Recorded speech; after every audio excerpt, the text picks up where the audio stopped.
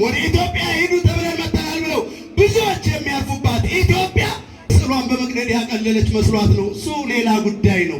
ወላዲተ አምላክ ድንግል ማርያም ናት። በምልጃዋ ሁላችንንም ትጠብቃል። የክርስቲያኖች ዘመን በተባለበት ዘመን ነው አሬዎስ የተነሳው። ግሸን ደብረ ከርቤ ላይ በዛሬው ቀን አርፏል። ክብርና ምስጋና ለአምላክ። የሁለቱም ኪዳና ከመልእክት እስማቲነ በአምሳለ መስቀል በሁሉ ጊዜ ከመይራቅ ሰይጣን እምኔነ በመስቀሉ የመስቀሉ መታሰቢያ በዓል ሰሞንም ስለሆነ በቅዱስ መስቀል አምሳል ከምናማትብባቸው ምክንያት አንዱ አሁን በግዕዙ ያልኩት በፍትሕ መንፈሳዊ ተመዝግቦ የምናገኘው ሰይጣን ዲያብሎስ ከኛ ይርቅ ዘንድ ክፉ ሐሳብና አሰራር ከኛ ይርቅ ዘንድ በቅዱስ መስቀል አምሳል ገጻችንን እናማትብ ማለት ነውና ሁላችንም ይሄ ድምፅ የሚሰማችሁ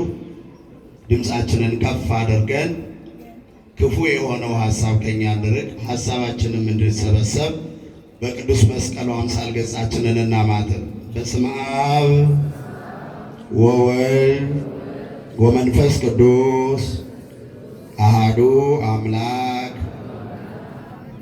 ክቡር አባታችን መጋቤ ሃይማኖት ቆሞስ አባ አብርሃም በቅዱስ ሲኖዶስ ጽሕፈት ቤት ምክትል ኃላፊ የሰሜንና ምዕራብ አፍሪካ ሀገረ ስብከት ዋና ስራ አስኪያጅ ክቡር አባታችን መልአከ ብርሃን ሩፋኤል የማነ ብርሃን የቦሌ ክፍለ ከተማ ቤተ ክህነት ዋና ስራ አስኪያጅ ክቡር መልአከ ብርሃን ሰሎሞን በቀለ የዚህ ታሪካዊ ቤተ ክርስቲያን እሳቸውም እግዚአብሔር ፈቅዶላቸው የአባቶቻቸው ጸጋ በሳቸው ላይ አድሮ ትልቅ ስራ የሚሰራበት የዚህ ቦታ እውነቱን ለመናገር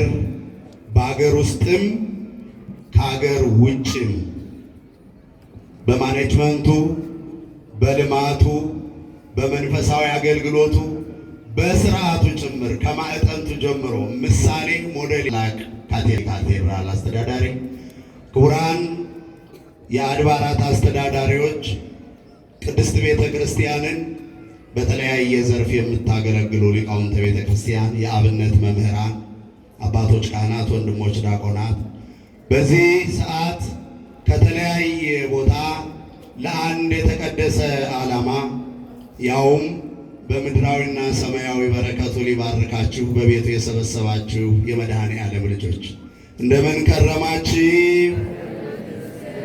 አባታችን ነውና ልጆቹን፣ እረኛችን ነውና በጎቹን፣ ደግሞም ንጉሳችን ነውና ሕዝቦቹን እኛ ከማናየው እሱ ከሚያየው፣ እኛ ከማናውቀው እሱ ከሚያውቀው ክፉ ነገር ሁሉ ጠብቆ ወጥቶ መግባት እንደ ቅንጦት በሚታይበት በዚህ ክፉ ዘመን በቸርነቱ ጠብቆ ዛሬን ስላሳየን ስለማይነገር ስጦታው ክብርና ምስጋና ለአምላካችን ይሁንልን። እንኳን አደረሳችሁ።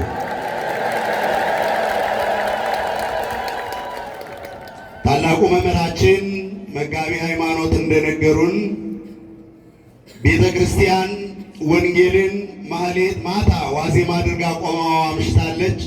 ሌሊቱን ማህሌት አድርጋ ቆማዋ አድራለች። እስካሁንም በሊቃውንቱ በሰንበት ትምህርት ቤት መዘምራን በዜማው ሲሰበክ ቆይቷል። ደግሞም በቅዳሴው ይቀጥላል። በነገር ሁሉ የእግዚአብሔር ልጆች በማስተዋል ካየነው በእናንተ በምእመናኖቿ ጭምር መስቀለኛ ለብሳችሁ ወንጌል እየተሰበከ ነው። እግዚአብሔር ይክበር ይመስገን። ወንጌል ይሄ ነው፣ ሌላ አይደለም። ነገር ግን ለአጭር ደቂቃ የዕለቱን በዓል ማስታወስ ስላለብን በዛ ውስጥ ደግሞ ታሪኩን ብዙ ጊዜ የሰማነው ቢሆንም ቅሉ እያንዳንዳችን የኔ ድርሻ እዚህ ላይ ምንድን ነው እንድንል ራሳችንን እያየን ጥቂት ደቂቃ አስተምራለሁ። የምንማማርበት የምንቆይበት ርዕሳችን የሚገኘው በኦሪት ዘኍልቍ ምዕራፍ 21 ቁጥር 8 ላይ ነው። ኦሪት ዘኍልቍ ምዕራፍ 21 ቁጥር 8 ጊዜውን ለመጠቀም የበረከት ቃል ስለሆነ ርዕሳችንን ስናገር ከኔ ቀጥላችሁ በሉት። ያያት ሁሉ በሉ በሕይወት ይኖራል። መልካም። የሚገርመው ይህን ቃል የተናገረው ራሱ እግዚአብሔር ነው። እግዚአብሔርን በብዙ መንገድ እናውቀዋለን። በቃሉ ሲፈውስ አይተናል። መጻጉዕ አልጋውን ተሸክሞ ሄደዋል። በጸበል ሲፈውስ እናውቀዋለን። በእምነቱ ሲፈውስ እናውቀዋለን። በልብሱ ዘርፍ ሲፈውስ እናውቀዋለን። ተስለን ባለንበት ቦታ ሆኖ ሲደርስልን በብዙ መንገድ እናውቀዋለን። ዛሬ ደግሞ በተለየ መልኩ ራሱ እግዚአብሔር በማየት አድናችኋለሁ እያለ ነው። እግዚአብሔር ይክበር ይመስገን። ያያት ሁሉ በሕይወት ይኖራል። እንደ ሐሳቡን ስናነሳው አጭር ይመስላል። ነገር ግን በውስጡ መጽሐፍ ርዕስ እንኳን አድርገን እናውጣ ብንል ትልልቅ የመጽሐፍ ርዕስ 3 ይወጣዋል። ያያት ሁሉ የሚለውን ማየት የሚል መንፈሳዊ ስጋዊ እይታ የሚል መጽሐፍ ይጻፍ ቢባል አንድ ትልቅ መጽሐፍ ይወጣዋል። በሕይወት ነው የሚለው ሕይወት፣ መንፈሳዊ ሕይወት፣ ስጋዊ ሕይወት፣ የእንስሳት ሕይወት፣ ብዙ ሕይወት ያላቸው ፍጥረታት አሉ። አንድ መጽሐፍ ይወጣዋል። በመጨረሻም ይኖራል ነው የሚለው ኑሮ የሚል መጽሐፍ እኛም እንደ ቤተ ክርስቲያን በውጭ ያሉትም ደግሞ ዛሬ በዓለም ያለውን እንጻፍ ቢሉ ትልቅ መጽሐፍ ይወጣዋል። በጥቅሉ ግን እግዚአብሔር ያያት ሁሉ በሕይወት ይኖራል ይላል። ማን ነው በሕይወት መኖር የማይፈልግ? ሁላችንም ተግተን የምንሰራው በሕይወት ለመኖር ነው። ነጋዴው ተግቶ የሚነግደው፣ ገበሬው ተግቶ የሚያርሰው፣ ተማሪው ተግቶ የሚማረው፣ አገልጋዩ ሳይቀር በምድር ብቻ ሳይሆን በሰማይ ለመኖር ጭምር ነው ተግተን ሁላችንም የምንሰራው። አንዳንድ አባቶቻችን ለመኖር ጸልየዋል። ኑሮ አይነቱ ብዙ ቢሆንም አንዳንዶቹ ለምሳሌ ነቢየ እግዚአብሔር ቅዱስ ዳዊት ኢትሰደኒ በመንፈቀ ዓመትየ ለትውልደ ትውልድ ዓመቲከ ሞልቶ ለተረፈ ዘመንህ እባክህ በኩለ ዘመን አትውሰደኝ ይላል። ንስሐ ሳንገባ እግዚአብሔር በቸርነቱ ሁላችንንም አይውሰደን። ስራቸውን ያጠናቀቁት የተሳካላቸው የሆነላቸው እነ ቅዱስ ጳውሎስ ደግሞ እፈቱሰ እፍልስ ወእትፈለጥ እምዓለም ከማሃሉ አበ ክርስቶስ ፊልጵስዩስ ምዕራፍ 1 ቁጥር 23 ላይ ልሄድ ከክርስቶስ ጋር ልኖር እናፍቃለሁ ይሄ ከሁሉ የተሻለ ነውና ይላሉ። ልኖር እሄዳለሁ ነው የሚለው። የሆነ ሆኖ ግን ሁላችንም መኖር እንፈልጋለን። ይሄ ለሁላችንም ግልጽ ነው። ለዚህ ነው አዲስ ዘመን ሰጥቶ እግዚአብሔር በየዓመቱ አሻግሮ እግዚአብሔር እንደኛ በደል ሳይሆን እንደ ቸርነቱ ዓመት ሰጥቶ እግዚአብሔር እድሜያቸውን ቀንሰው የሚናገሩ ሰዎች አሉ። በተወደደ እድሜ ቆርጠ እልል ያሉት ምን ሆኖ ነው እናት እልል አሉ። እሳቸው እንግዲህ በገባቸው መጠን ገብቷቸው ነው እድሜያቸውን ምን ብለው የሚናገሩ ቀንሰው የሚናገሩ እና መኖር የሁላችንም ጉጉት ናፍቆት በምድር ብቻ ሳይሆን በሰማይ መኖር ከሆነ የበለጠ ደግሞ መኖርን እጅግ በጣም ውድ የሚያደርገው ያሰብነው ነገር ሲኖር እናሳካዋለን የምንለው ነገር ሲኖር ይህን ሳታሳየኝ አትግደለኝ የምንለው ነገር ሲኖር መኖርን ከባድ ያደርገዋል። ብሞት አጽሜ አያርፍም የሚሉ እናቶች አሉ። በልጃቸው ጉዳይ፣ በሕይወታቸው ጉዳይ፣ በመንፈሳዊ ሕይወታቸው ጉዳይ በብዙ መንገድ ሁላችንም እዚህ ውስጥ እግዚአብሔር መውሰዱ ላልቀረ ይሄን ሳላደርግ አይውሰደኝ የምንለው ነገር ብዙ ነገር ሊኖር ይችላል። እግዚአብሔር በቸርነቱ ይፈጽምልን። እሱ የሚያልቅበት አምላክ አይደለም።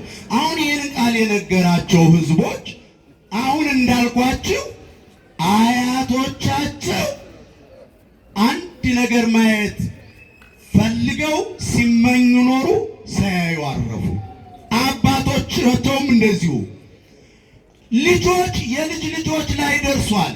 ትናንት በአባቶቻችን ትናንት በአያቶቻችን ምኞት ተስፋ ሆኖ የቀረውን ያን ተስፋ ሳናይ ሳይፈጸም አትውሰደን ሲሉ የነበሩ ሕዝቦች በመከራ ውስጥ የነበሩ ሕዝቦች ናቸው። ይህን የተስፋ ቃል የሰሙት ወገኖች በሞት አፋፍ ላይ ሆነው ነው ይህን የተስፋ ቃል የሰሙት። በመከራ ውስጥ ሆነው ነው ይህን የተስፋ የደስታ ቃል የሰሙት።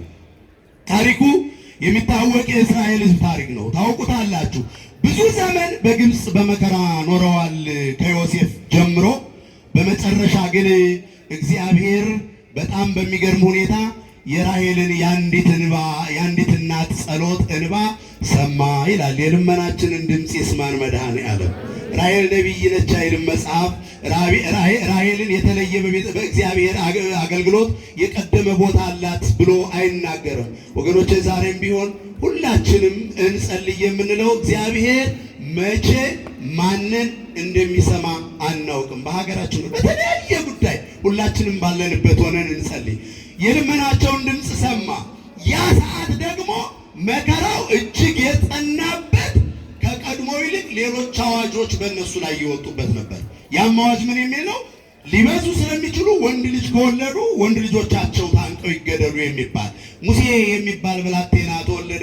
ታሪኩን ታውቁታላችሁ። እናቱ በጣም ስለሚያሳዝን፣ ነገር ግን ቅሉ የእግዚአብሔር ዓላማ ስላለበት 3 ወር ያህል ሸሸገችው። ልጅ አብሮ በቆየ ቁጥር ጠረኑን እናቶች በቀረባቸው ቁጥር ከወለዱት በኋላ የበለጠ ያሳሳል፣ ያጓጓል። ከ3 ወር በኋላ ግን ይዛ መቆየት አልቻለችም። ከተሰማ በሕዝቡ ላይ ሳይቀር ሌላ ችግርና መከራ ያመጣል። ራሔል የሙሴ እናት አንድ ነገር አደረገች። ወደ ባህር ሄደች። ልጇን ወደ ባህር ዓይኗ እያየ ወረወረችው።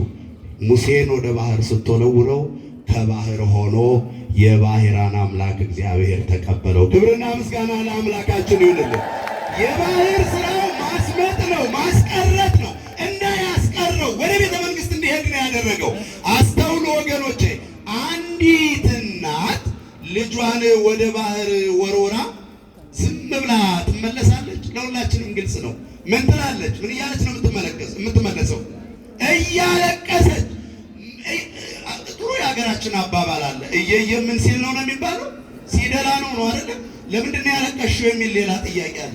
ስለዚህ የሙሴ እናት የማልቀስ ጮሃ ልጄን ጣልኩት የማለት እድል እንኳን አላገኘችም። ወደ ውስጥ ነበር ስታለቅስ የነበረው። ዛሬም ወገኖቼ በቤተ ክርስቲያን ጉዳይ፣ በኢትዮጵያ ጉዳይ፣ በጠፋው ፍቅር ጉዳይ፣ በየአብያተ ክርስቲያናቱ በተለያየ ቦታ በአብነት ትምህርት ቤት በእኛው ፈተና በእኛው ችግር ምክንያት ባመጣናቸው ጣጣዎች ወደ ውስጥ የሚያለቅሱ የሚያነቡ ብዙ ወገኖቻችን አሉ። ወደ ውጭ የሚያለቅሱ ለሰው የማትነግሩት በትዳራችሁ ጉዳይ፣ በስራችሁ ጉዳይ፣ በልጆቻችሁ ጉዳይ፣ በቤተሰባችሁ ጉዳይ፣ በየቢሮአችሁ ወደ ውስጥ የምታለቅሱበት ብዙ ጉዳይ ይኖራችሁ ይሆናል። መድኃኔዓለም የውስጥ እንባችሁን እሱ ይስማችሁ። የሙሴን እናት እንባ እግዚአብሔር ሰምቶ ስለነበረ ሙሴን ወደ ቤተ መንግስት ውሃ ወሰደው። በቤተ መንግስት ሙሴ ተገኘ። ባጭሩ ፈርዖን በባህላቸው የሚያሳድግ ሰው ብሎ ሲፈለግ እህቱ ታይ ስለነበረ የሙሴ እናት መጣች። በጀት ይያዝልሻል፣ ገንዘብ ይከፈልሻል፣ ይህን እስራኤል አሳድጊ ተባለች። ልጁን ማሳደግ ጀመረች።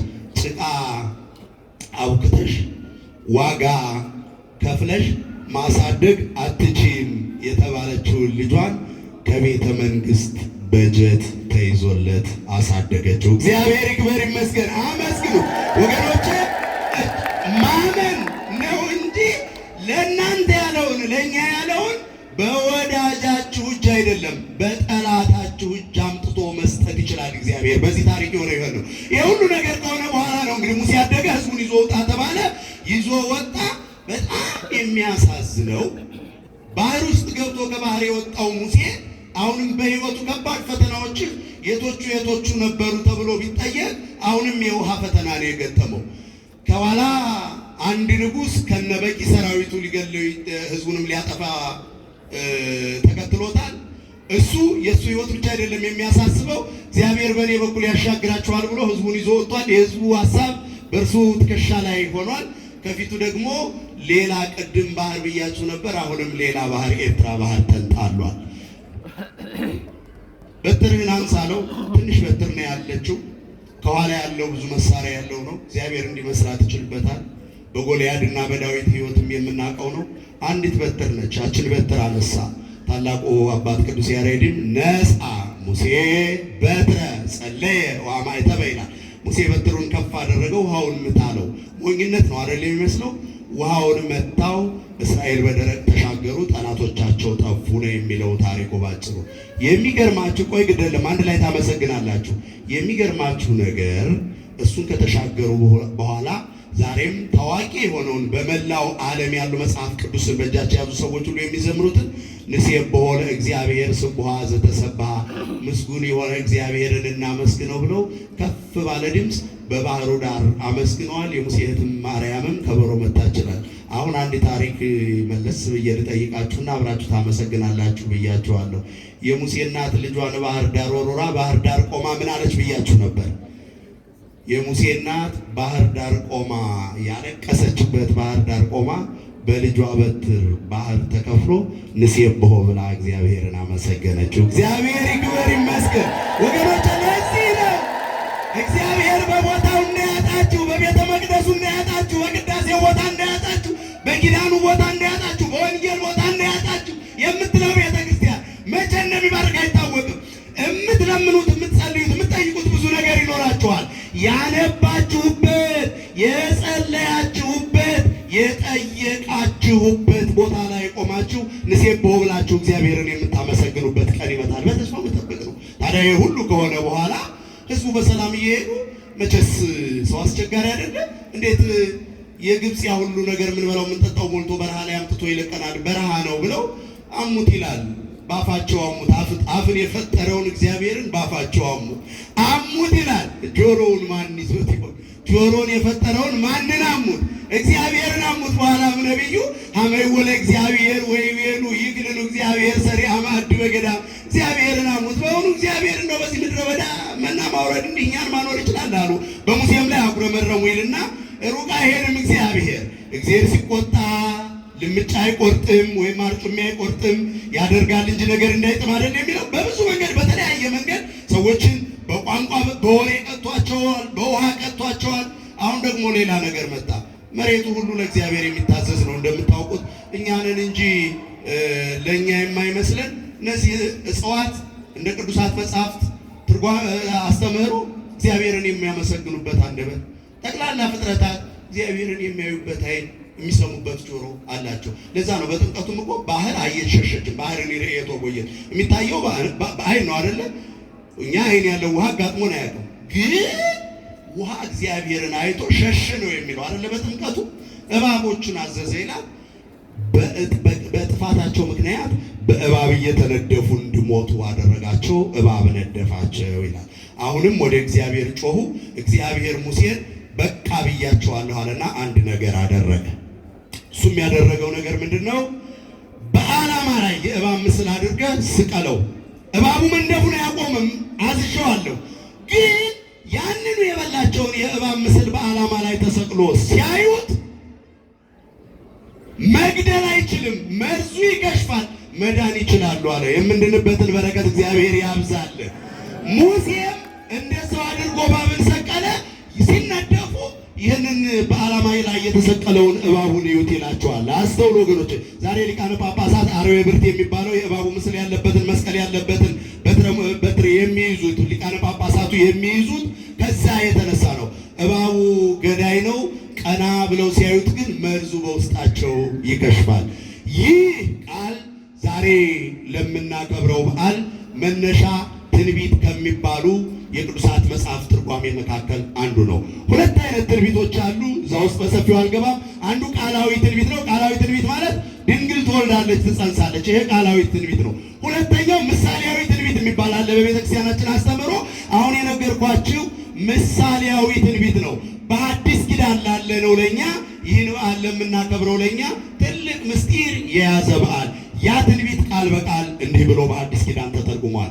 የዮሐንስ ወንጌል ምዕራፍ 3 ቁጥር 19 ወበከመ ሙሴ ሰቀሎ ለአርዌ ምድር በገዳም ከማሁ ሀለው ይሰቀል ለእጓለ እመሕያው።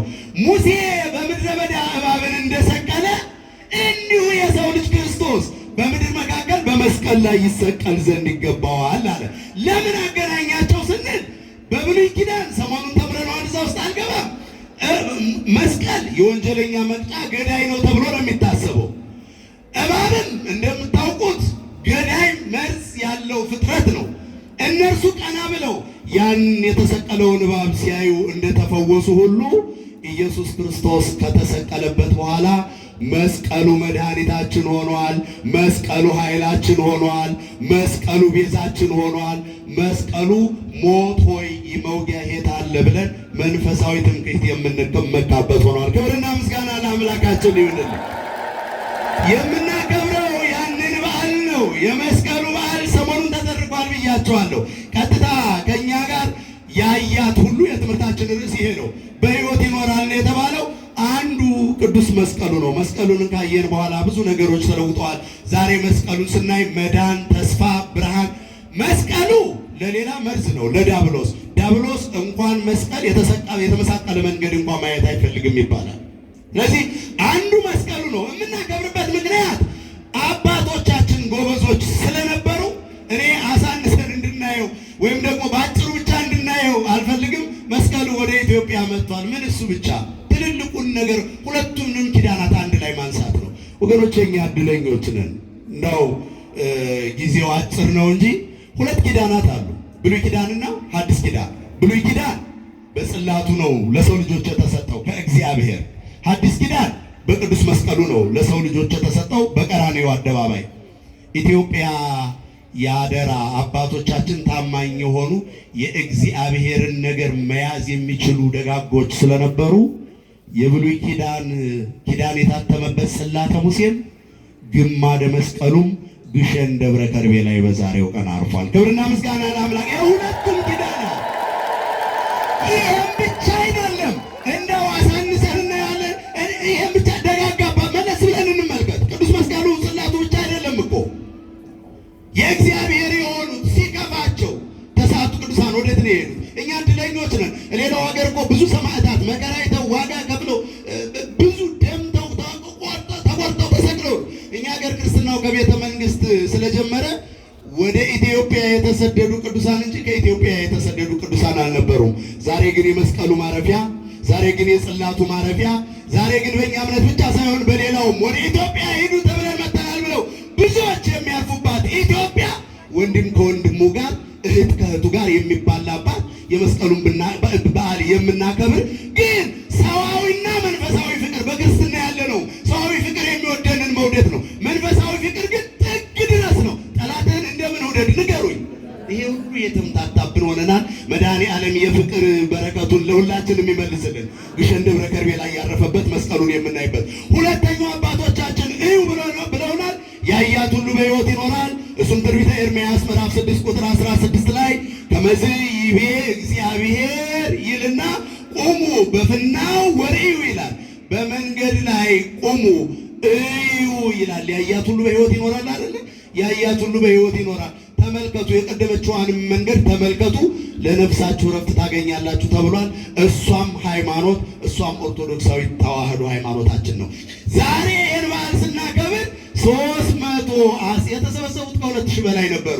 ነገር ግን የመጨረሻውን ኢየሱስ ክርስቶስ በደንብ ስሟል። ደግሞ በሰማይ እናት የሌለው በምድር አባት የሌለው የእግዚአብሔር ልጅ እግዚአብሔር ነው። ክብርና ምስጋና ለስም አጠራሩ ይሁንልን። ዘሩ ይምስራብ በመለኮቱ ብለው ስርዓት የሰሩበት ብዙኃን ማርያም ይባላል። ሃይማኖታችንን ያጸኑበት እነሱ ይህን ካሉ በኋላ ያን ሃይማኖት ካጸኑ በኋላ ነው ሊቀ ጳጳስ ዘአክሱም ወለኩላ አድያመ ኢትዮጵያ ሰላም አስከሳት የብርሃን ሄዶ ሙሉውን ስርዓት የቤተክርስቲያናችንን ስርዓት የሃይማኖታችንን ስርዓት ይዞልን የመጣው ተዋህዶ ሃይማኖታችንን ትናንት እንዲህ ነው የሆነው። ለብዙዎች አርአያ ምሳሌ። ዛሬ ነገር ወዲያ ወዲህ ሆነና ያልሆነ ነገር ተሸክመው መጥተው ብዙዎች ብዙ የሚሉበት አጋጣሚ ሆነ። ቅድም ሰሜን አሜሪካ ሲባል ሰምታችኋል። ያሳዝናል። እዛ ብዙ አብያተ ክርስቲያናቶቻቸውን እኛ እየወረስናቸው እየገዛናቸው ነው። አመስግኑ፣ እግዚአብሔር ይክበር ይመስገን። እንዲሁም በተለያየ ጊዜ በሐዋርያዊ አገልግሎት ክቡር መልአከ ብርሃን፣ ሌሎችም መልአከ ብርሃን ፋይል ያውቁታል። ሰሜን አሜሪካ ብዙዎቹ አይተውታል። እኔ ያለሁበት ከተማ እንኳን ከአንድም ሁለት ቤተ ክርስቲያን ነው ያለን። ሁለቱንም ቤተ ክርስቲያን ከፕሮቴስታንት ከመናፍቃን ላይ እነሱ ተበትነው ጨርሰው ያለቻቸውን ለኛ ሸጠው ያችን የሸጧትን ዶላር ደግሞ አፍ ገዝተው እንደ ጲላጦስ ዘመን ሚሊኒየም አዳራሽ ሄዳችሁ ለፍልፉ ብሎ አንዳንዶችን ልከዋቸዋል። እግዚአብሔር ይቅር ይበላቸው እንጂ እነሱ ጋር ፈርሰው እኒህ አይነት ታሪክ ያለንን እኛ መመካት ካለብን በክርስቶስ መስቀል በቀር ሌላ ትምክህት የለኝም፣ ከክርስቶስ መስቀል በቀር ሌላ ትምክህት ከኔ ይራቅ እንዳለ መመካት ካለብን ወገኖቼ ያችን የቀደመች እምነት ያዝን። አባቶቻችን ዛሬ በብዙኃን ማርያም ያጸኑልን የተዋህዶ ልጆች መንፈሳዊ ኩራትና ትምክህት ልንመካ መንፈሳዊ ኩራት ሊሰማን ይገባል። አመስግኑት እግዚአብሔርን።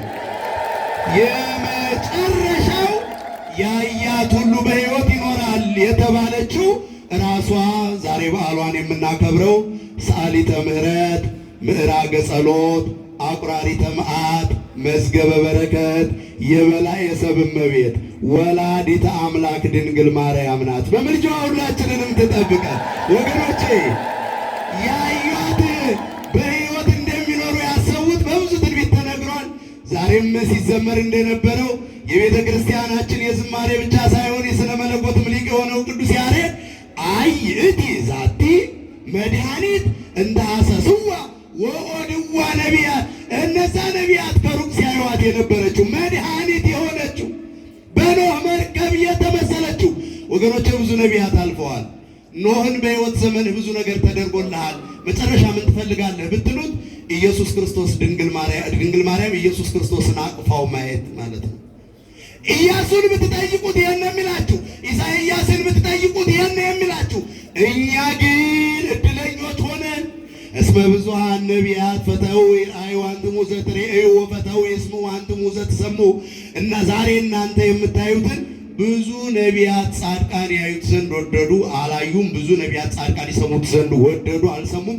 የእናንተ ግን ያዩ ዓይኖቻችሁ የሰሙ ጆሮቻችሁ የተመሰገኑ ናቸው ይላልና ድንግል ማርያም ቀና ብለን የምናያት የዳንባት የድህነት ምክንያታችን እሷን ነው የምናስበው የምናከብረው። አክብሯት። አሁንም ዲያብሎስ ይቃጠል። እንዳልኳችሁ አንዳንድ ጊዜ አንገት የሚያስደፋ ነገር ነው። እንደው ነገሩን አሁን ሰሞኑን የተፈጠረውን ነገር ታውቁታላችሁ። በስዕለ ማርያም ላይ በጣም የሚገርመው የሚያስደንቀው ነገር እኛ የምናከብራት እስካለን ድረስ ጠላት ዲያብሎስ ይጠፋል ብላችሁ እንዳታስቡ። የሁሉ 318 ሊቃውንት ታልኳችሁ አይደለ? በክፉ ዘመን አይደለም ይሄ ጉባኤ የተሰራው፣ ብዙኃን ማርያም ጉባኤ የተሰራው። ክርስቲያን የንግሥት እሌኒ ልጅ መጥቶ አብያተ ክርስቲያናት ተከፍተው የክርስቲያኖች ዘመን በተባለበት ዘመን ነው አርዮስ የተነሳው። ዛሬም ብዙ አርዮሳውያን አሉ። ድንግል ማርያምን ብቻ አይደለም የሆነ ነገር አደረገች፣ የስዕሏን በመቅደድ ያቀለለች መስሏት ነው። እሱ ሌላ ጉዳይ ነው። ኢየሱስ ክርስቶስ እኮ በድንግል ማርያም እቅፍ ነው። አንዳንድ ጊዜ የምናስበው ከዚህ ከቀጨኔ አካባቢ ወደ 4 ኪሎ እየመጣች አንድ እንደዚሁ አሁን እንዳልኳችሁ ሰዎች መጠቀሚያ ያደርጓት ወይም ዲያብሎስ መጠቀሚያ ያደረጋት ሴት የምትወርደው ቅድስት ማርያም ነው። አሁን ምን ብላ ትንገረው ለታክሲ ረዳቱና ዞር ብላ ረዳት የጌታ ማርያም ጋር ወራጅ አለ አለች አሉ። ማን ላለ ማለት ነው። አሁን አልጠራቻትም። አሁን ይህን ያህል መጥበብ። ስለዚህ ዛሬ ሌላዋ የምናያት የድህነት ምክንያታችን ድንግል ማርያም ናት። ዘንተ ቅዳሴ ዘይቄድስ፣ ይህን የማርያምን ቅዳሴ የሚቀድስ ካህን ማርያምን የሚቀድስ አይምሰለው። የሚቀደሰው እሱ ነው። ወእለ ሰምዕዎ ኩሎሙ ይትቀደሱ፣ በዓሏን ያከበሩ ዝክሯን ያደረጉ ያስቀደሱ ቃሏን ወይም ደግሞ ቅዳሴዋን የሰሙ ሁሉ ይባረካሉ ይላልና የበረከት በዓል ያደርግልን። ይቆየን። ሲከፍ አድርጋችሁ እግዚአብሔርን አመስግኑ።